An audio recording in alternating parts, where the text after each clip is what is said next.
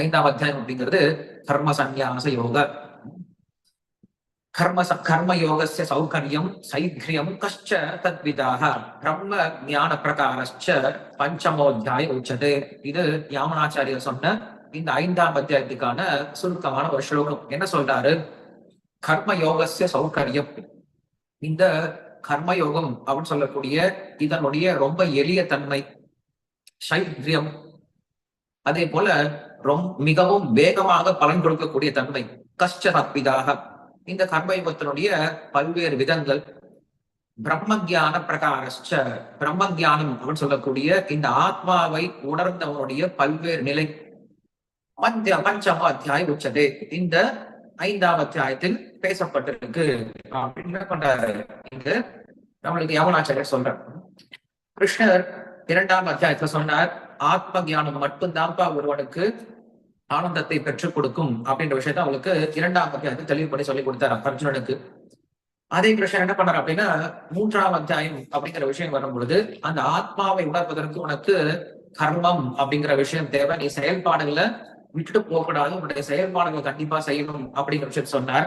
ஏன்னா ஆன்மீகம் அப்படிங்கிறது செயல்பாடுகளை விட்டுட்டு சோம்பேறிகளா போய் உட்காந்துக்கிறது கிடையாது, எல்லாத்தையும் திறந்துட்டு போடுறது கிடையாது. அப்ப என்ன பண்ணணும்? எல்லாரும் செயல்படணும். எப்படிப்பட்ட செயல்பாடுகளை பண்ணணும் அப்படின்னா, உனக்காக செயல்படாம புத்தியோட நீ செயல்படணும் அப்படிங்கிற விஷயத்த என்ன பண்ணாரு கிருஷ்ணர் சொல்ல ஆரம்பிச்சார். அதனால கர்மத்தை காட்டிலும் கர்ம யோகம் சிறந்தது அப்படிங்கிற விஷயத்த நம்மளுக்கு மூன்றாம் அத்தியாயத்துல சொல்லி கொடுத்தாரு. சொல்லி முடிச்சுட்டு என்ன பண்ணாரு அப்படின்னா, நாலாம் அத்தியாயம் அப்படிங்கிறது வரும்போது அந்த கர்மத்தில் உள்ள ஞானத்தை நீ காண்பாயாக அப்படின்னு சொல்லி கொடுத்தாரு. நம்ம நேற்று இதை பார்த்துட்டு இருந்தோம், எப்படி கர்மத்துக்குள்ளார ஞானம் அடங்கி இருக்கு அப்படிங்கிற விஷயத்த பார்த்துட்டு இருக்கோம். இப்ப இந்த ஐந்தாம் அத்தியாயத்துல அர்ஜுனனுக்கு இன்னொரு கேள்வி வரப்போகுது. இந்த கேள்விக்கான பதில் என்ன பண்ண போறார் கிருஷ்ணன் இங்க பேச போறார். அர்ஜுனனுக்கு நல்லாவே புரியுது, நமக்கு இருக்கக்கூடிய ஒரே ஒரு இலக்கு என்ன அப்படின்னா ஆத்மாவை உணர்தல் அப்படின்ற ஒரே ஒரு இலக்கு. இந்த முதல் 6 அத்தியாயமும் நம்மளுக்கு சொல்லிக் கொடுக்கக்கூடிய விஷயம் இதுதான், நாம் ஆத்மாவை உணர வேண்டும், நாம் தான் ஆத்மா என்பதை உணர வேண்டும். நாம் தான் ஆத்மா என்பதை உணர விடாம தடுக்கக்கூடிய எதிரி என்ன அப்படின்னா 3 விஷயங்கள், 3 எண்ணங்கள் அப்படின்னு சொல்லி சொல்லலாம். என்ன எண்ணங்கள்? நான் இந்த உடல் அப்படின்னு நினைக்கிறது, நான் தான் செயல்பாடுகளை செய்யறேன் அப்படின்னு நினைக்கிறது, என்னுடைய சந்தோஷத்திற்காக செய்யறேன் அப்படின்னு நினைக்கிறது. இந்த 3 குற்றங்கள் தான் என்ன பண்ணுது அப்படின்னா நாம் ஆத்மா என்பதை உணர விடாம நம்மளுக்கு தடுக்குது. நான் பேசுறது கிளியரா கேட்குதா எல்லாருக்குமே? ஏன்னா இங்க லோ பேண்ட்வித் அப்படின்னு சொல்லி காட்டுது. நான் பேசுறது கேட்குதா உங்களுக்கு கிளியரா? சரி. அப்ப கிருஷ்ணன் என்ன சொன்னார் அப்படின்னா, இந்த ஆத்மாவை உணர விடாம இருக்கிறதுக்கு மிக முக்கியமான எதிரி என்ன அப்படின்னா உன்னுடைய புத்தி தான், உன்னுடைய கலங்கப்பட்ட புத்தி தான். ஏன்னா புத்தி தான் நினைக்குது நான் இந்த உடல் நினைக்குது. அப்ப என்ன பண்ணும்? அந்த புத்தியை மாத்தணும். எப்படி மாத்தணும்? நீ இந்த உடல் அல்ல, நீ ஆத்மா, நீ இந்த உடல் அல்ல, நீ ஆத்மா. என்ன பண்ணணும்? புத்தி நம்மளுக்கு சொல்லிக் கொடுக்க ஆரம்பிக்கணும். அதுதான் என்ன சொன்னார் அப்படின்னா புத்தி யோகம் அப்படிங்கிற விஷயம் சொல்லி கொடுத்தார் கிருஷ்ணன். புத்தி யோகம் அப்படின்னா என்னது? இது என்னுடைய கடமை கிடையாது, இது பகவானுடைய கடமை, செய்பவன் நான் அல்ல, பகவான் தான் செய்விக்கிறான், இது எனக்காக கிடையாது, பகவானுக்காக தான் செய்யறேன் அப்படின்ற இந்த 3 விதமான எண்ணத்தோட நம்ம என்ன பண்ணணும்? நம்முடைய தினசரி காரியங்களை செஞ்சுட்டு இருக்கணும் அப்படின்னு கிருஷ்ணன் நம்மளுக்கு சொல்லிக் கொடுக்குறாரு. இதுக்கு பேர் தான் புத்தி யோகம் அப்படின்னு சொல்றாரு. இந்த 3 விஷயங்கள் நமக்கு என்ன பண்றாரு அப்படின்னா கிருஷ்ணர் 3ஆம் அத்தியாயத்துல நமக்கு என்ன சொல்லி கொடுக்குறாரு அப்படின்னா, நாம் செய்யக்கூடிய கடமையினுடைய பலன் நமக்காக கிடையாது அப்படின்ற விஷயம் சொல்லி கொடுக்கிறார். 4ஆம் அத்தியாயத்துல செய்பவன் நான் அல்ல அப்படிங்கிற விஷயம் சொல்லி கொடுக்கிறாரு. அதாவது என்னுடைய கடமை இல்லை அப்படிங்கிற விஷயத்தை 4ஆம் அத்தியாயத்துல சொல்லிக் கொடுக்கிறாரு. பகவானுடைய கடமை இது அப்படின்னு சொல்லி கொடுக்கிறார். 5ஆம் விஷயத்துல செய்பவன் நான் அல்ல அப்படிங்கிற இந்த ஒரு விஷயத்தை சொல்லிக் கொடுக்கிறார். நான் கர்த்தா அல்ல, நான் செய்பவன் அல்ல, நான் வெறும் கருவி மட்டும்தான் அப்படிங்கிற விஷயத்த என்ன பண்ணார் கிருஷ்ணர் மறுபடியும் என்ன பண்றாரு இந்த 5ஆம் அத்தியாயத்துல உங்களுக்கு சொல்லிக் கொடுக்க போறேன். சரி, இந்த அத்தியாயத்துல நான் புரிஞ்சுக்க வேண்டிய மிக முக்கியமான ஒரே ஒரு கருத்து இதுதான். என்னது? நான் செய்பவன் அல்ல. அப்ப யார் செய்யறாங்க அப்படிங்கறதுதான் கேள்வி. இந்த உலகத்துல எந்த ஒரு செயலை செஞ்சாலும் அது நான் செய்யல. அப்ப யார் செய்யறாங்க? நான் செய்யல அப்படின்னா இந்த உடல் செய்தா? உடல் அப்படிங்கிறது உணர்வற்றது இல்லையா? ஆத்மா இருந்தா மட்டும்தான் உடல் செயல்பட போகுது. அப்ப உடல் செய்யறாது. அப்ப பகவான் செய்யறாரா அப்படின்னா பகவான் செய்ய மாட்டார். ஏன்னா பகவான் நம்மள அப்படி பகவான் அப்படி பகவான் தான் செய்யறாரு அப்படின்னா அப்ப நாம் செய்யக்கூடிய பாப புண்ணியத்துக்கு பகவான் காரணமா மாறி போயிடுவார். அப்ப பகவானும் அது காரணம் கிடையாது. அப்ப இதுதான் காரணம். நம்முடைய பாப புண்ணியத்துக்கு எது காரணம், நாம் எதனால செயல்படுறோம் அப்படின்றதுதான் கொஸ்டின். அது ஒரு பக்கம் நம்ம புரிஞ்சுக்க வேண்டியது. பட் பொதுவா நம்ம புரிஞ்சுக்க வேண்டிய விஷயம் என்ன அப்படின்னா, இங்க ஒவ்வொரு கிரகஸ்தனும் இல்லையா, அவன் பகவானை அடைய முடியுமா முடியாதா அப்படிங்கிறதா மேலோட்டமான அர்த்தம், நம்ம புரிஞ்சுக்க வேண்டிய அர்த்தம். நிறைய பேர் கேள்வி, நான் ஆன்மீகத்துக்கு வந்தேன் அப்படின்னு எல்லாத்தையும் விட்டுடணுமா, குடும்பத்தை விட்டுடணுமா, என்னுடைய வியாபாரத்தை விட்டுடணுமா, குழந்தைகளை விட்டுடணுமா, என்னுடைய தொழிலை விட்டுடணுமா, என்னுடைய சொந்த பந்தத்தை எல்லாம் விட்டுடணுமா, இதெல்லாம் விட்டாதான் பகவான் கிட்ட போக முடியுமா அப்படின்னு கேள்வி கேட்பாங்க. இதெல்லாம் விட்டுட்டு நான் சன்னியாசம் எடுத்துக்கணுமா அப்படின்னு கேள்வி கேட்கிறாங்க. அதற்கு கிருஷ்ணன் நீங்க என்ன பண்றாரு அப்படின்னா மறுத்து பதில் சொல்றார். இந்த 5ஆம் அத்தியாயம் நமக்கு இந்த விஷயம் சொல்லி கொடுக்குது. சரி, இந்த 5ஆம் அத்தியாயத்துல முதல்ல ஆரம்பிக்கும் பொழுதே அர்ஜுனன் இந்த மாதிரி கொஸ்டின் ஆரம்பிக்கிறார். கிருஷ்ணர் ஆத்மாவை உணர்றது அப்படிங்கிறது முடிவை போயிடுச்சு, அதான் என்னுடைய இலக்கு முடிவை ஆயிடுச்சு. இப்ப அதற்கு 2 வழி இருக்கு. என்ன வழி இருக்கு? ஒன்று கர்மத்தை செய்து கொண்டே தூய்மை அடைந்து ஆத்மாவை உணர்வது. இரண்டாவது இது எல்லாத்தையும் துறந்துட்டு ஞான யோகத்தில் புலன்களை அடக்கி நான் ஆத்மா உணர்வது அப்படின்ற 2 விதமான வழிமுறை இருக்கு. இந்த வழிமுறையில எனக்கு எது சிறந்தது அப்படின்றதான் கேள்வி. நான் குடும்பத்துல இருந்துகிட்டே ஆத்மாவை உணர முடியுமா, இல்ல எல்லாத்தையும் விட்டுட்டு சன்னியாசம் எடுத்தாதான் ஆத்மாவை உணர முடியுமா அப்படிங்கிறது தெளிவான கேள்வி. என்ன பண்றார் இங்க அர்ஜுனன் கேள்வி கேட்கிறார். 5ஆம் அத்தியாயத்தினுடைய முதல் ஸ்லோகம் இப்படிதான் நமக்கு ஆரம்பித்து. அர்ஜுனவாச்ச சந்நியாசம் கர்மணாம் கிருஷ்ண புனர்யோகம் ச சம்சசி யச்ரேயதயோரேகம் தன்மே ப்ரூஹி சுநிஷ்சிதம். மறுபடியும் இதே விஷயம் சொல்றாரு. யச்ரேயஹ ஏதயோர், இந்த 2ல எது சிறந்தது எனக்கு? ஏகம், இதுல ஒண்ணு சொல்லு. தன்மே ப்ரூஹி சுநிஷ்சிதம், எனக்கு எது சிறந்ததோ அதை நீ சரியா சொல்லு அப்படின்னு என்ன பண்றாரு. மறுபடியும் அர்ஜுனன் கிருஷ்ணன் கிட்ட இதே விஷயம் கேட்கிறார். அப்ப கிருஷ்ணர் ரொம்ப தெளிவா சொல்லிட்டாரு. ரெண்டாவது ஸ்லோகத்தை சொல்றார் கிருஷ்ணர். ஸ்ரீ பகவான் வாச்ச சந்நியாச கர்ம யோகஸ்ச நிஸ்ரேயஸ்ய கராவுபௌ தயோஸ்து கர்ம சந்நியாசா கர்மயோக விசிஷ்யதே அப்படின்னு சொல்றார். என்ன சொல்றார் அப்படின்னா, ஒருவன் கர்மத்தை விடுவதாலும் ஒருவன் கர்மத்தை செய்வதாலும் 2மே உயர்ந்த பலனை கொடுக்க போகுது. என்ன பலனை கொடுக்க போகுது? ஆத்மாவை உணர்தல் அப்படின்ற பலனை கொடுக்க போகுது. ஒரு கிரகஸ்தன் பாப புண்ணியம் வரும் பொழுது என்ன நினைக்கிறான்? என்னுடைய கர்மத்தினால இதை கஷ்டப்படுறேன் அப்படின்னு பண்றான். இது பகவானுடைய கருணை, இது பகவானுடைய விருப்பம் அப்படின்னு என்ன பண்றான், அதை பொறுத்துக்க கத்துக்கிறான். இதே ஒரு ஞான யோகி என்ன பண்றான் அப்படின்னா, நான் ஆத்மா அப்படின்ற தியானத்துல இருக்கிறதுனால அவங்க என்ன பண்றான், தன்னுடைய இந்த இரட்டிப்பு தன்மையிலிருந்து வெளில வரத்து முயற்சி பண்றான்.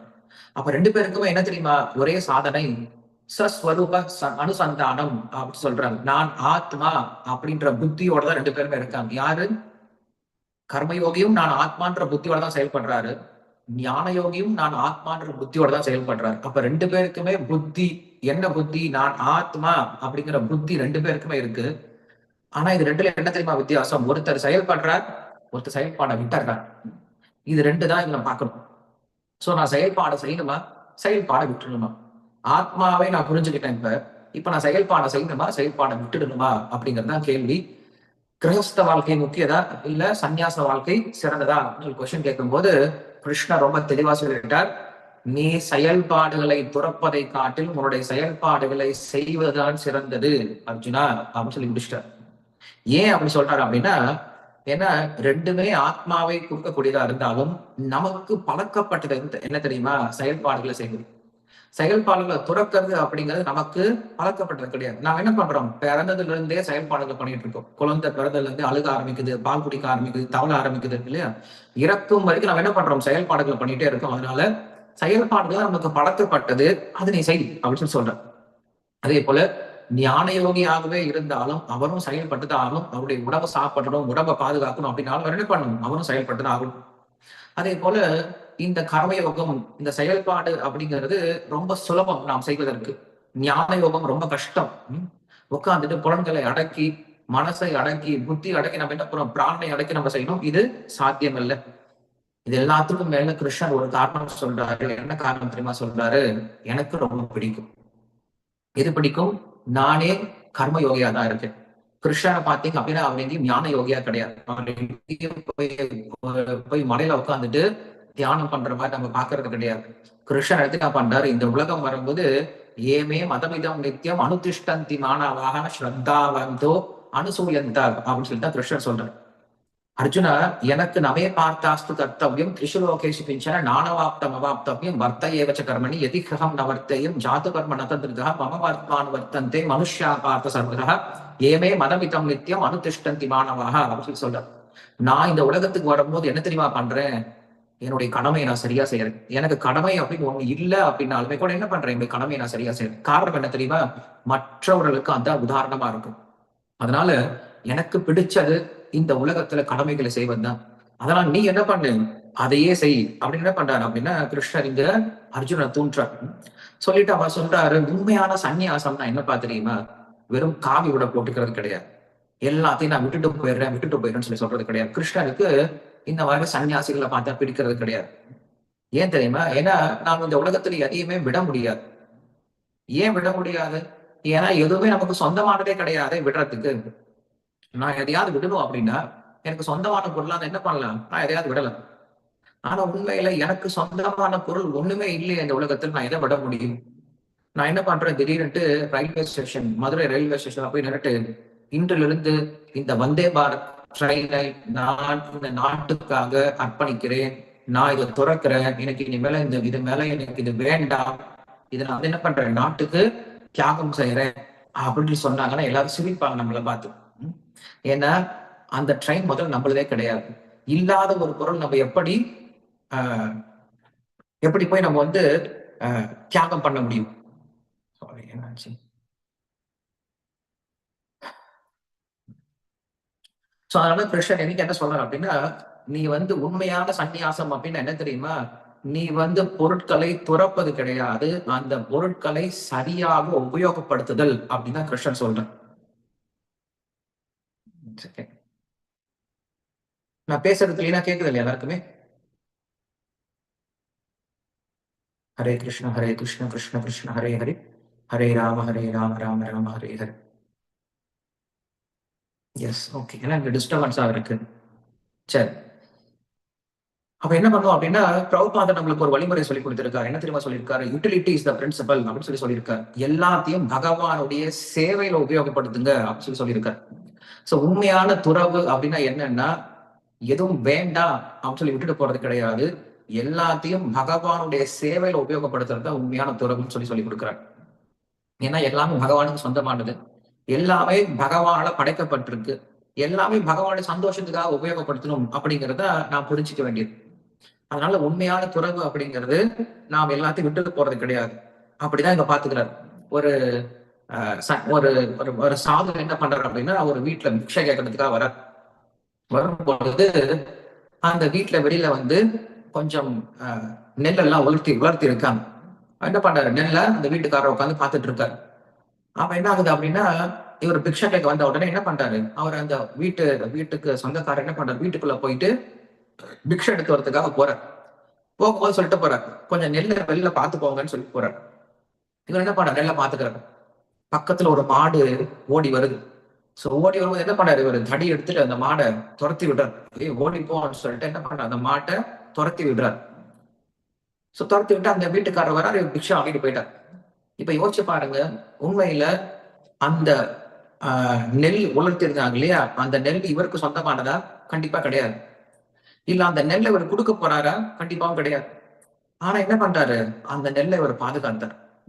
ஏன் பாதுகாத்தார் அப்படின்னா, அவர் சொல்லிட்டு போயிருக்கார், என்ன பண்ணுங்க இந்த நெல்லை பாத்துக்கோங்கன்னு சொல்லி கொடுத்துட்டு போயிருக்கார். சோ அதனால இவர் என்ன பண்ணாரு அப்படின்னா, இதை ஒரு கடமையா தான் பண்ணார். எந்த விதமான எதிர்பார்ப்பும் எல்லாம் பண்ணார். சோ இப்படிப்பட்டவர்கள் தான் உண்மையான சன்னியாசிபா அப்படின்னு பண்றாரு. கிருஷ்ணன் சொல்றாரு, இப்படிப்பட்ட நபர் என்ன பண்றாரு அப்படின்னா, என்னைக்குமே இந்த உலகத்தினுடைய இரட்டிப்பு தன்மையால பாதிக்கப்படுறது கிடையாது. இந்த உலகத்துல நாம் இரட்டிப்பு தன்மையால ஏன் பாதிக்கப்படுறோம் அப்படின்னா, ஏன்னா இது எனக்கு சொந்தமானது அப்படின்ற ஒரு எண்ணம் வரும்போது நம்ம என்ன பண்றோம்? இந்த உலகத்தினுடைய இரட்டிப்பு தன்மையால பாதிக்கப்படுறோம். சோ அப்ப என்ன பண்ணுவோம் அப்படின்னா, என்னைக்குமே சமபுத்தியோட இருக்கணும். சமபுத்தி அப்படிங்கிறது எந்த விதமான லாப நஷ்டம் வந்தாலும், இல்ல சுக துக்கம் வந்தாலும், இல்ல மான அபமானங்கள் வந்தாலும் எப்படி இருக்கணும் அப்படின்னா ஒரே புத்தியோட இருக்கணும். அதற்கு எது நம்மளுக்கு உதவிகரமா இருக்கும் அப்படின்னா, எதுவுமே நமக்கு சொந்தம் இல்லை அப்படின்னு நம்ம புரிஞ்சுக்கிட்டோம் அப்படின்னா நமக்கு என்ன வரும், இந்த மாதிரி ஒரு புத்தியோட நம்ம வாழ முடியும் அப்படின்னு தான் என்ன பண்றாரு சொல்றாரு. சொல்லி முடிச்சுட்டு அவர் சொல்றாரு, ஒருத்தர் நினைக்கலாம், நான் வந்து இப்ப திருப்பதிக்கு போறேன்னு முடிவு பண்ணிட்டேன் இல்லையா? சோ திருப்பதிக்கு போன என்ன பண்றேன் முடிவு பண்ணிட்டு நான் ஊர்ல இருந்து கிளம்புறேன். Okay, what happen? செகண்ட்.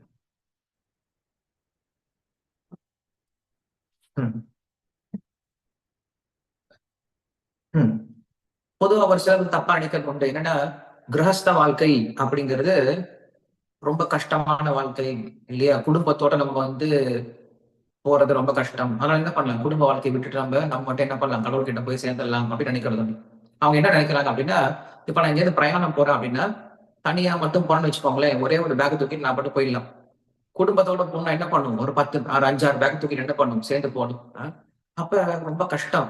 போற வழியிலயும் கஷ்டம், இதுல போகும்போது சுமையை தூக்கிட்டு போகணும். இதெல்லாம் நம்மளுக்கு ஏன் கஷ்டம் அப்படின்னு யோசிக்கிறாங்க. உண்மைதான். இவங்க என்ன பண்றாங்க, தனியா போனா ரொம்ப சீக்கிரம் போயிடலாம். ஆனா குடும்பத்தோட போனா ரொம்ப கஷ்டப்பட்டு தான் போகணும். ஆனா என்ன தெரியுமா, இது ரெண்டுலயும் அந்த குடும்பஸ்தன் ரொம்ப சீக்கிரமா போயிடுறான். என்ன காரணம் தெரியுமா? ஏன்னா இந்த தனியா போற ஆளு தன்னுடைய வைராக்கியத்தை நம்பிட்டு இருக்காரு. ஆனா இந்த குடும்பஸ்தன் இருக்கான் இல்லையா, அவன் வந்து பகவான் நம்பிட்டு இருக்கான். சோ பகவான் நம்பிட்டு இருக்கான், அவன் என்ன பண்ண முடியும், ரொம்ப சீக்கிரமா பகவான் அடைய முடியுமே தவிர இந்த ஞானியினால ரொம்ப சீக்கிரமா அடைச்சிட முடியாது அப்படின்ற விஷயத்த என்ன பண்ணாரு கிருஷ்ணன் சொல்றாரு. ரெண்டு பேருடைய புத்தியும் ரெண்டு பேருடைய இலக்கும் ஒன்றாக இருந்தாலுமே கூட இந்த குடும்பஸ்தன் என்ன பண்றான் அப்படின்னா, கர்மயோகி அப்படின்றவன் ரொம்ப சீக்கிரமா அடைஞ்சிடுறான். காரணம் என்னது, ஏன்னா அவன் பகவானுடைய கருணையை நாடி இருந்தான் அப்படின்னு சொல்றான். சொல்லி முடிச்சுட்டு, ஒரு சன்னியாசியாகவே இருந்தாலும் அவருக்கு ஞானம் பிறக்கணும் அப்படின்னா அவர் கர்மயோகத்தை செஞ்சு ஆகணும். ஆனா ஒரு கர்மயோகி சன்னியாசி ஆகணும் அப்படின்ற அவசியம் கிடையாது. அவர் என்ன பண்ணலாம், நேரடியாகவே ஞானத்தை பெற முடியும் அப்படின்னு சொல்றார். நம்ம உதாரணம் பார்த்தோம், ஜனக மகாராஜன் உதாரணம் பார்த்தோம். இப்ப ஜனக மகாராஜன் எப்படி இருந்தான் அப்படின்னா, ராஜாவாகவே இருந்தாலும் கொஞ்சம் கூட அவனுக்கு அவனுடைய நாட்டு மேலேயோ அவனுடைய செல்வத்து மேலே என்ன கிடையாது, பற்றிலாம் வாழ்க்கை வாழ்ந்துட்டு இருந்தா. எப்படி வாழ்ந்துட்டு இருந்தான் அப்படின்னா, பகவான் கொடுத்தது நான் என்ன பண்றேன், பகவானுக்காக பாதுகாக்கிறேன் அப்படின்னு நினைச்சு வாழ்ந்துட்டு இருந்தாலும் தவிர அவன் என்னைக்குமே தனக்காக அப்படின்ற நிலைமையில வரல. சோ அப்படி இருக்கும்போது நாம் நம்முடைய கர்மத்தை செய்யறோம், எதற்காக செய்யறோம் அப்படின்னா ரெண்டு காரணத்துக்காக செய்யணும். ஒன்று, நாம் தூய்மை அடைவதற்காக செய்யணும். ரெண்டாவது, மற்றவர்களுக்கு உதாரணமாக இல்ல மற்றவங்களுக்கு நன்மை பயக்கக்கூடிய விதத்துல செய்யணும். இப்ப கிருஷ்ணர் சொல்றார் அர்ஜுன் கிட்ட, அர்ஜுனா நீ உண்மையில வந்து உனக்கு பற்று இல்லாம இருக்கலாம், இந்த உலகத்து மேல பற்று இல்லாம இருக்கலாம். ஆனா நீ என்ன பண்ண, உன்னுடைய கடமையை கண்டிப்பா செஞ்சுதான் ஆகணும். காரணம் என்ன தெரியுமா, ஏன்னா நீ ராஜாவா இருக்க. சோ நீ பண்ணலன்னு வச்சுக்கோங்க, உன்னுடைய கடமையை சரியா பண்ணலன்னு வச்சுக்கோங்க, அப்ப மக்கள் உன்னை பார்த்து தவறான வழியில என்ன பண்ணுவாங்க, உன்னை போல அவங்க சீக்கிரமா என்ன பண்ணுவாங்க, ராஜாவே பண்ணல, அவரே குடும்பத்தை விட்டு போயிட்டாரு, நான் மட்டும் என் குடும்பத்தை பாத்துக்கணும் அப்படின்னு என்ன பண்ணுவாரு, அவங்களும் குடும்பத்தை விட ஆரம்பிச்சிருவாங்க. சோ இப்படி பக்குவமே இல்லாம அவங்க குடும்பத்தை விட ஆரம்பிச்சிட்டாங்க அப்படின்னா இதனால என்ன ஆகும் அப்படின்னா சமுதாயத்துல பெரிய குழப்பமே வந்துடும். அதனால நீ அந்த காரியத்தை பண்ணாத, மற்றவர்களுக்கு நன்மை பயப்பதற்காக என்ன பண்ண கடமையை கண்டிப்பா செஞ்சாகணும் அப்படின்னு சொல்றான். இது செய்யும் போது என்ன ஆகும், நம்முடைய கடமையை நம்ம தொடர்ந்து செய்யும் போது என்ன ஆகும் அப்படின்னா, இந்த புத்தி யோகத்தினால இந்த ஆத்மா மேல இருக்கக்கூடிய அழுக்குகள் கொஞ்சம் கொஞ்சமா நம்மளை விட்டு போக ஆரம்பிக்கும். சரி, அழுக்குகள் போக போக என்ன ஆக ஆரம்பிக்கும் அப்படின்னா நமக்கே ஒரு திருப்தி கிடைக்க ஆரம்பிக்கும். நம்ம குளிச்சுட்டு வந்தோம்னு வச்சுக்கோங்க, ரொம்ப ஃப்ரெஷ்ஷா இருக்கும். ரொம்ப அழுக்கோடு இருந்தா ஏதோ மாதிரி இருக்கும். நைட்டுலாம் நம்ம வேலைக்கு போயிட்டு வந்துட்டு குளிக்காம படுக்கவே முடியாது, ஏதோ மாதிரி அனர்த்திக்கிட்டே இருக்கும். பட் குளிச்சுட்டோம் அப்படின்னா கொஞ்சம் ஃப்ரெஷ்ஷா இருக்கும். அது போல இந்த புத்தி யோகத்தினால நம்ம என்ன பண்றோம், தொடர்ந்து இந்த புத்தி யோகத்தினாலேயே நம்மளுடைய கர்மங்கள் நம்ம செஞ்சுட்டே இருக்கும்போது என்ன ஆகும் அப்படின்னா கொஞ்சம் கொஞ்சமா நமக்கு உள்ள இருக்கக்கூடிய அழுக்குகள் போக ஆரம்பிக்கும். நமக்கே ஒரு சுயமான ஒரு திருப்தி கிடைக்க ஆரம்பிக்கும். இந்த ஆத்மா மேல் நம்மளுக்கு ஒரு சுயமான திருப்தி கிடைக்க ஆரம்பிக்கும். நாமே கூட ஏதாவது ஒரு ஆன்மீக காரியங்களில் ஈடுபட்டு வந்தோம்னு வச்சுக்கோங்களேன், கோயிலுக்கு போயிட்டு வரோம் உதாரணத்துக்கு. ஓகே, இப்ப நாம என்ன பண்றோம்னா ஒரு யாத்ரா போறோம். ஸோ யாத்திரை போகும்போது பிருந்தாவனமோ இல்லை ஏதோ ஒரு இடத்துக்கு போறோம். ஹரித்வாரோ ரிஷிகேஷோ போறோம், ஜெகநாத் புரி, ராமேஸ்வரம் இங்க போறோம். போகும்போது கண்டிப்பா நம்மளுக்கு எல்லா வசதிகளும் கிடைக்காது. வசதிகள் கொஞ்சம் குறைச்சலா தான் இருக்கும், கஷ்டம் கூட படலாம். ஆனா போயிட்டு வந்ததுக்கு அப்புறம் நமக்கு எப்படி இருக்கும் தெரியுமா? ரொம்ப சந்தோஷமா இருக்கும், திருப்தியா இருக்கு. அப்பா போயிட்டு வந்த நல்ல திருப்தி கிடைக்குதுப்பான்னு சொல்லி சொல்லுவோம். இதே ஒரு சாதாரணமா கல்யாணத்துக்கு போயிட்டு வந்தா கிடைக்காது. என்ன காரணம் தெரியுமா? இந்த ஆத்மாவை நம்ம என்ன பண்றோம், கொஞ்சம் உணர ஆரம்பிக்கிறோம். இந்த மாதிரி யாத்திரைகள்லாம் போயிட்டு வரும்போது ஆத்மாவை நம்ம கொஞ்சம் கொஞ்சமா உணர ஆரம்பிக்கிறோம். கஷ்டத்தெல்லாம் ஏத்துக்கிறோம். கஷ்டத்தை என்ன பண்றோம், சமமா பார்க்கணும். இன்பமா இருந்தாலும் சரி, சுகமா இருந்தாலும் சரி, துக்கமா இருந்தாலும் என்ன பண்றோம், பரவாயில்ல போலாம், பகவானை பாக்குறதுக்காக போலாம், கொஞ்சம் கஷ்டப்பட்டா பரவாயில்ல போலாம் அப்படின்னு சொல்லிட்டு போறோம். அப்ப என்ன ஆகும் அப்படின்னா, நம்ம கொஞ்சம் கொஞ்சமா இந்த ஆத்மாவை நம்ம உணர உணர என்ன ஆகும் அப்படின்னா, இது நமக்கு அந்த ஆனந்தத்தை கொஞ்சம் கொஞ்சமா நம்ம கொடுக்க ஆரம்பிக்கும் அப்படின்னு சொல்லி சொல்றேன். சோ இந்த மாதிரி என்ன பண்றாரு அப்படின்னா, அவர் தன்னுடைய காரியங்களை தொடர்ந்து செஞ்சுட்டு இருக்காரு. யாரு? இந்த ஆத்மாவை உணர்ந்தவர் என்ன பண்றாரு அப்படின்னா, சாதாரண மக்கள் எப்படி இருக்காங்களோ அதே போலதான் இருப்பாங்க. நைவ கிஞ்சித் கரோமீதி யுக்தமன்யேத் தத்வவித் பஷ்யன் ஷ்ருண்வன் ஸ்பிருஷன் கிருஹ்ணன் அஷ்ணன் கச்சன் ஸ்வபன் ஸ்வஷன் பிரலபன் விசர்ஜன் கிருஹ்ணன் முன்மிஷன் நிமிஷன் அபி இந்திரியார்த்தேஷு வர்த்ததே இதி தாரயன் அப்படின்னு சொல்லி சொல்றாரு. என்ன பண்றாரு அப்படின்னா, எல்லா காரியங்களையும் பண்றாரு. என்னது?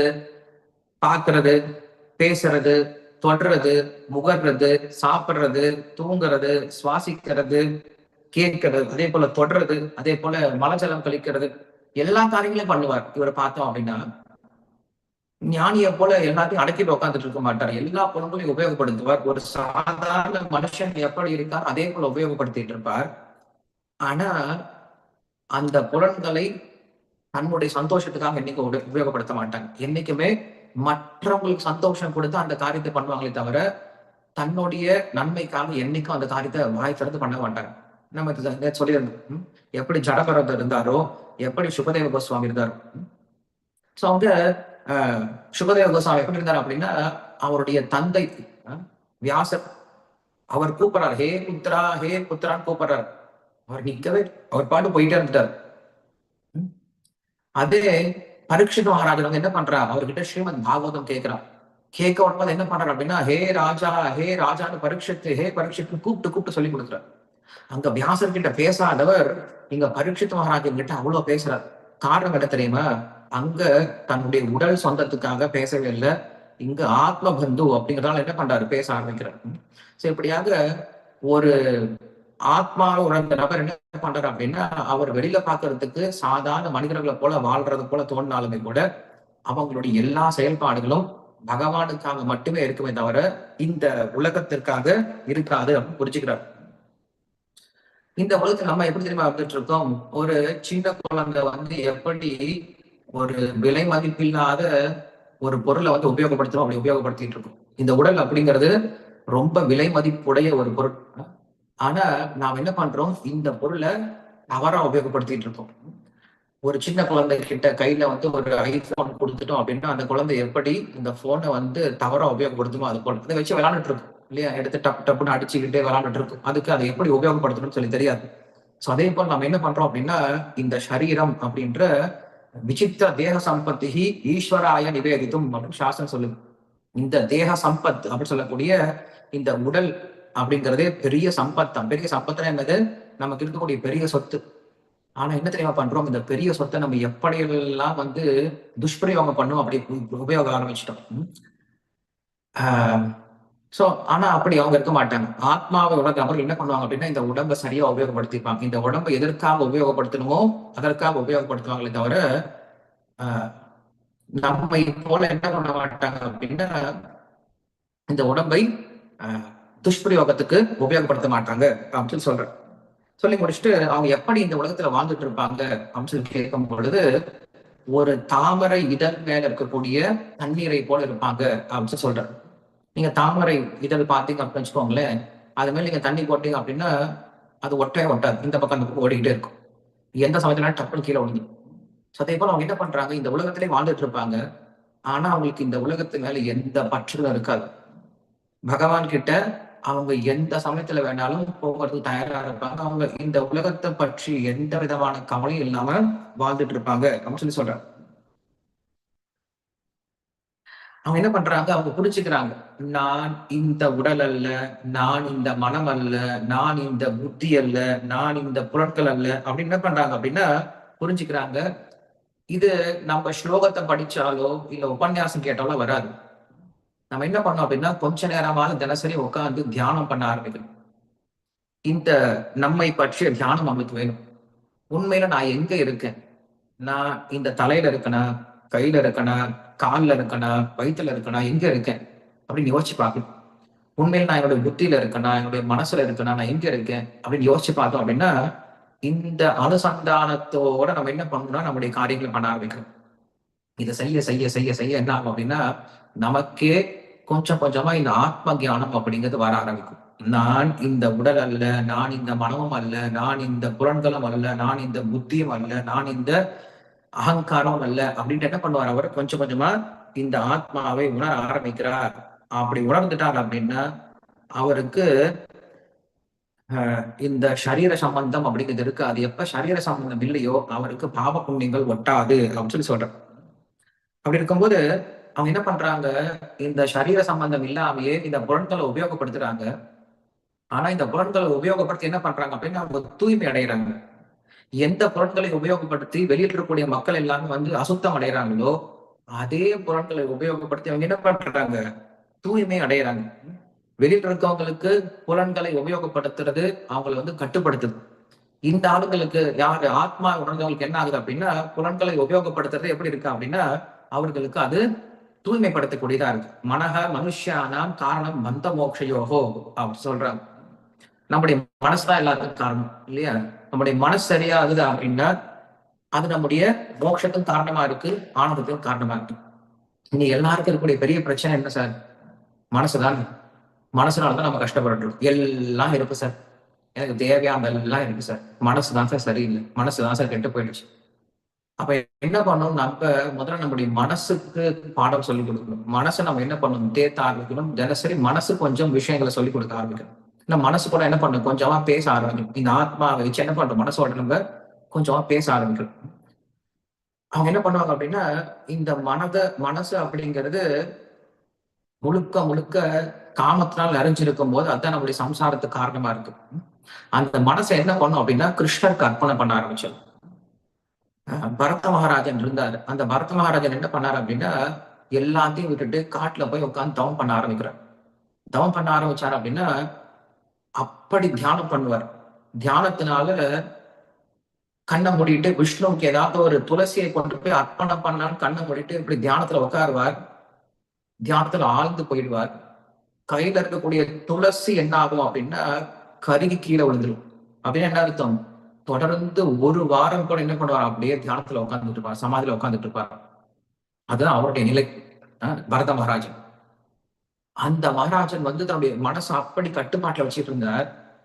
ஆனா என்ன தெரியுமா ஆகுது, ஒரு முறை ஒரு சின்ன மான் மேல ஏற்பட்ட பிரியத்தினால அந்த மான் மேல பற்றுதல் ஏற்பட்டு அந்த மானை நினைத்து கொண்டே வாழ்ந்து உயிரை விட்டார். உயிரை விட்ட பின்னாடி அவர் மானா பிறந்தார். சோ நம்ம என்ன புரிஞ்சுக்கணும் அப்படின்னா நம்முடைய மனதானது என்ன பண்ணணும் அப்படின்னா அதற்கு பிடிச்ச விஷயத்துக்கு மேலதான் போயிட்டே இருக்கும். நீங்க எவ்வளவுதான் பயிற்சி பண்ணாலும் பிடிச்ச விஷயத்து மேலதான் போயிட்டு இருக்கும். அப்ப நம்ம என்ன பண்ணணும், அந்த மனசுக்கு ஆரம்பத்துல இருந்தே கிருஷ்ணர் கொடுக்க ஆரம்பிச்சோம். ஏன்னா கிருஷ்ணரை விட ஒரு இனிப்பான, கிருஷ்ணரை விட அழகான விஷயம் எதுவும் கிடையாது. மனசுக்கு நாம தான் சொல்லி கொடுத்துட்டே இருக்கணும். மனசு ஒரு சின்ன குழந்தைய போல. இப்ப திடீர்னு நம்ம கோயிலுக்கு போக வேண்டிய நேரம், மழை வந்துடுச்சு. மழை வந்து எத்தனை மனசு என்ன தெரியுமா சொன்னோம், மழை வந்துடுச்சு, இப்பயே தூறல் போட ஆரம்பிச்சிருது, நம்ம கோயிலுக்கு போயிட்டு வரதுக்குள்ள பெரிய மழையா வந்துடும், நம்ம வரும்போது பயங்கரமா நினைஞ்சிருவோம், கோயிலுக்கு போக வேண்டாம் அப்படின்னு சொல்லி சொல்லணும். நம்ம என்ன தெரியுமா சொல்லணும், மனசு கிட்ட சொல்லணும், ஏ மனசே கொஞ்சம் கேளு, கண்டிப்பா நம்ம போகும்போது திரும்ப வரும்போது மழை வருமா வராத நமக்கு தெரியாது. இன்னும் சொல்ல போனோம் அப்படின்னா நீ போன வாரம் என்ன பண்ண, ஒரு கல்யாணத்துக்கு போயிட்டு வந்த, போகும்போதே நல்ல ஜோபோன்னு மழை, வரும்போது மழை, நீ விட்டையா போயிட்டு வந்த இல்ல. சோ கல்யாணத்துக்கு அப்படின்னா போயிட்டு வர, ஒரு காட்சிக்கு சினிமா பார்க்கணும் அப்படின்னா போயிட்டு வர, எவ்வளவோ என்ன பண்ற கஷ்டத்தை ஏத்துக்கிற. ஆனா கோயிலுக்கு போகணும், ஆன்மீக விஷயங்கள் ஈடுபடணும் அப்படின்னு நான் என்ன பண்ற உடனே மனசு ஒத்துக்க மாட்டேங்குது. அப்ப என்ன பண்ண, நம்ம மனசுக்கு நம்ம தான் ட்ரைனிங் கொடுக்கணும். கொஞ்சம் கொஞ்சமா ஆன்மீக விஷயங்களுக்கு சொல்லி கொடுக்க முயற்சி பண்ணணும். அந்த மனசை நம்ம என்கேஜ் பண்ண ஆரம்பிக்கிறோம் அப்படி சொல்றாரு. சோ இந்த ஆன்மீக ஞானத்தோட, இந்த ஆத்ம ஞானத்தோட என்ன பண்ணலாம் அப்படின்னா, ஒருவன் இந்த உடல் அப்படின்ற இந்த ஒரு பெரிய நகரத்துல வாழ்ந்துட்டு இருக்கலாம் அப்படின்னு சொல்றது. இந்த இந்த உடல் அப்படிங்கிறது 9 துவாரங்களை கொண்ட ஒரு பெரிய நகரம். இந்த உடம்புல பார்த்தா 9 துவாரங்கள் இருக்கு. 2 கண்ணு, 2 மூக்கு, 2 காது, ஒரு வாய், மலஜலம் கழிக்கூடிய இளங்கள் இதெல்லாம் சேர்த்துனா 9 துவாரங்கள் இருக்கு. இன்னும் 11 துவாரங்கள் சொல்றது உண்டு. ஏன்னா பிறந்த குழந்தைக்கு தொப்புள் அப்படிங்கிறது அங்க ஒரு துவாரம் இருக்கும். இங்க தலையில வந்து இங்கேயும் ஓப்பன்லயே இருக்கும் இல்லையா? இது ஒரு துவாரம் 11 துவாரம் சொல்றது. பட் பொதுவா 9 துவாரங்கள் நமக்கு இந்த உடம்புக்கு இருக்கு. சோ இந்த 9 துவாரங்களுக்குள்ளதான் நம்ம இந்த ஆத்மா அப்படிங்கிற வசிச்சுட்டு இருக்கான். இது ஒரு பெரிய வீடு. இந்த வீட்டுக்குள்ள இவன் வாழ்ந்துட்டு இருக்கான். இதுதான் வந்து யக்ஷ பிரஷ்னத்துல யக்ஷன் கேட்கிறான், யுதிஷ்ட மகாராஜன் கேட்கிறான், யுதிஷ்டிரா இந்த உலகத்திலே ரொம்ப ஆச்சரியமான விஷயம் எதுப்பா அப்படின்னு சொல்லி கேட்கிறார். கேட்கும்போது அவன் சொல்றாரு, இந்த உலகத்துல ரொம்ப ஆச்சரியமான விஷயம் என்ன அப்படின்னா, ஒரு மனுஷன் பார்த்துட்டு இருக்கான் தன்னுடைய தாத்தா பாட்டி அவங்க இறந்துட்டு இருந்தாங்க. அதுக்கப்புறம் தன்னுடைய சித்தப்பா பெரியப்பா அவங்க இறந்துட்டு இருக்காங்க. அதுக்கப்புறம் தன்னுடைய நண்பர்கள்லாம் இறந்துட்டு இருந்தாங்க. அதுக்கப்புறம் தன்னுடைய தாய் தந்தை இறந்தாங்க. ஆனா இவன் மட்டும் நினைச்சிட்டு இருக்கான், நான் மட்டும் என்னைக்கும் நிரந்தரமா வாழ போறேன் நினைச்சிட்டு இருக்கான் இல்லையா? இதுதான் பெரிய ஆச்சரியமான விஷயம் அப்படின்னு சொல்றேன். பிணக்குல தூக்கிட்டு போறாங்க இல்லையா? தூக்கிட்டு போற ஒருத்தர் நினைக்கிறானா, இந்த மாதிரி தினசரி நிறைய பிணங்கள் நான் தூக்கிட்டே போயிட்டே இருக்க போறேன், நிறைய சம்பாதிக்க போறேன் நினைச்சிட்டு இருக்கான். அவனுக்கு புரியல, என்னையும் ஒரு நாள் தூக்கிட்டு போறாங்கன்னு தெரியல. அந்த மாதிரி ஒரு எண்ணமே இல்லாம இந்த உலகத்தை நான் வாழ்ந்துட்டு இருக்கோம். இதுதான் ரொம்ப ஆச்சரியமான விஷயம் அப்படின்னு சொல்றாங்க. அப்புறம் கேட்கிறார், இதை விட ரொம்ப ஆச்சரியமான விஷயம் ஏதாவது இருக்கான்னு கேட்கிறார். இருக்கு. இதோட எனக்கு தெரியும் ஆச்சரியமான விஷயம், இந்த உடல் அப்படின்ற இந்த ஒரு கிளி கூண்டுல இல்ல இந்த ஒரு நகரத்துல 9 துவாரங்கள் இருந்தும், இந்த 9 துவாரங்களும் திறந்தே இருந்தும் இந்த கிளி என்ன பண்ண மாட்டேங்குது, இதுல இருந்து வெளியில போகாம உள்ளே உட்கார்ந்துட்டு இருக்கு. இந்த இந்த உடம்புல இருக்கக்கூடிய பற்று அப்படின்னு சொல்ற. இதோட என்ன ஆச்சரியமான விஷயம் அப்படின்னு சொல்ற. அப்ப இந்த ஆத்மாவை உணர்ந்த நபர் என்ன பண்றாரு அப்படின்னா, இந்த உடல் அப்படிங்கிறது ஒரு வீட்டுக்கு சமம். ஒரு வீட்டுல வாழ்ந்துட்டு இருக்கோம். சோ வீட்டுல வாழ்ந்துட்டு கூட என்ன அர்த்தம், அந்த வீட்டுல இருந்துட்டு இருக்கோம் அவ்வளவுதான். நானே இந்த வீட்டுன்னு யாரும் நினைக்கிறது கிடையாது. இந்த வீட்டுல நான் வாழ்ந்துட்டு இருக்கேன். இந்த வீட்டுல நான் எதுக்காக வந்துட்டு இருக்கேன், எனக்கு ஒரு வேலை கொடுத்துருக்காங்க. இப்ப நான் வந்து ஒரு ஆபீஸ் விஷயமா என்ன பண்றேன்னா, வேற ஒரு ஊருக்கு போறேன். அங்க எனக்கு ஒரு ரூம் கொடுத்துருக்காங்க. நல்ல அழகான ரூம் கொடுத்துருக்காங்க. அந்த ரூம்குள்ள போய் தங்கிட்டு இருக்கேன். நல்ல பெட் எல்லாம் போட்டு கொடுத்து, டிவி எல்லாம் கொடுத்து, ஏசி எல்லாம் கொடுத்து, நல்லா ஷவர் பாத் எல்லாம் கொடுத்துருக்காங்க. நான் என்ன பண்றது கிடையாது. அந்த ரூமையே கட்டி அழுதுகிட்டு இருக்கிறது கிடையாது. என்ன பண்றேன், அந்த ரூம் எனக்கு கொடுத்துருக்காங்க. எதற்காக, என்னுடைய கம்பெனி வேலை செய்யறதுக்காக இல்லையா? இங்க படுத்து தூங்குறதுக்காக கிடையாது. ஒரு நேரம் வரைக்கும் நான் இங்க இருக்க முடியும். நேரம் வந்துச்சு என்ன பண்ணலாம், இந்த ரூம்ல இருந்து நான் கிளம்பி போய் ஆகணும். அந்த ரூம்ல இருக்கக்கூடிய திங்ஸ் எல்லாம் நான் சரியா உபயோகப்படுத்தணும். கொஞ்சம் ஏதாவது டேமேஜ் பண்ணேன் அப்படின்னா என்ன தூக்கி உள்ள போட்டுருவாங்க, இல்ல என்கிட்ட ஃபைன் கேட்பாங்க. அப்ப என்ன பண்றேன், உள்ள போகும்போது இது என்னுடைய அறை தான், ஆனா என்னுடைய அறை கிடையாது. இதை நான் சரியா உபயோகப்படுத்தணும், என்னுடைய வேலைக்காக மட்டும்தான் உபயோகப்படுத்தணும் அப்படின்ற புத்தியோட என்ன பண்றாரு, அவர் உபயோகப்படுத்திட்டு கிளம்பி போயிட்டே இருக்காரு.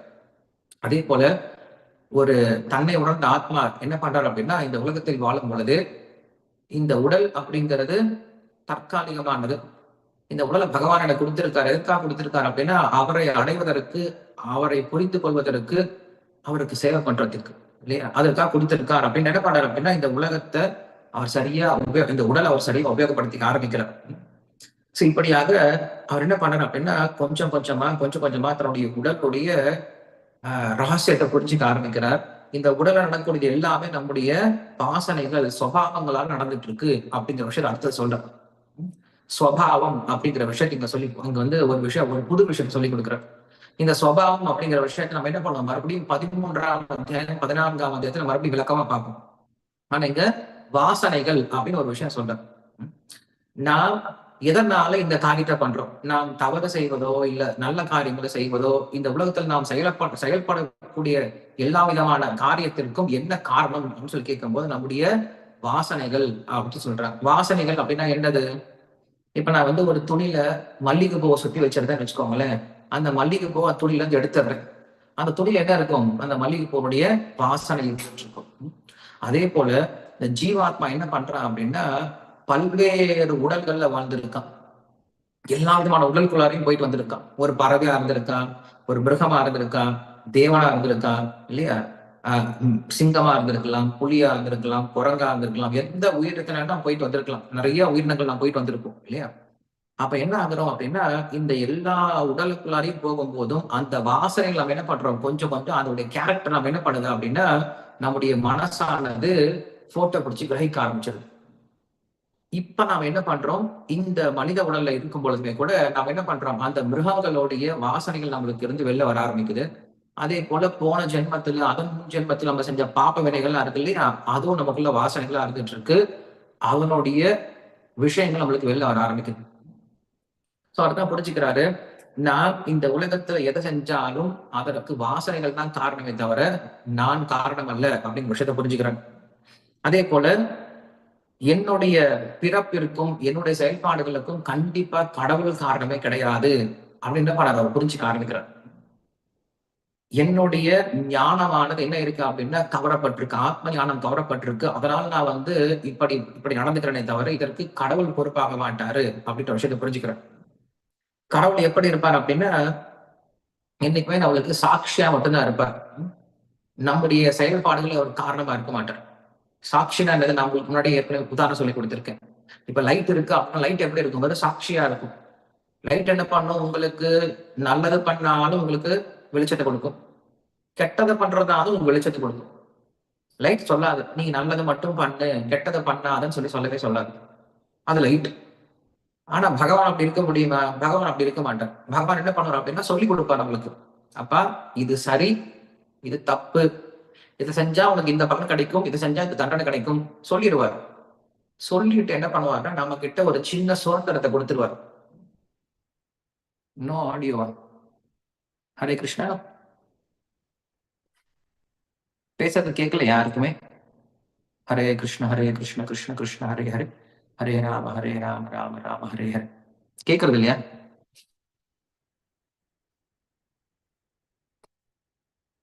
ஆடிபிள் தானே? Okay, thank you sir. Thank you Ramakrishnan sir. Okay. திடீர்னு யாராவது இந்த மாதிரி சாட்ல மெசேஜ் போட்டாங்கன்னா மறந்து போயிடுது. சரி. ம்.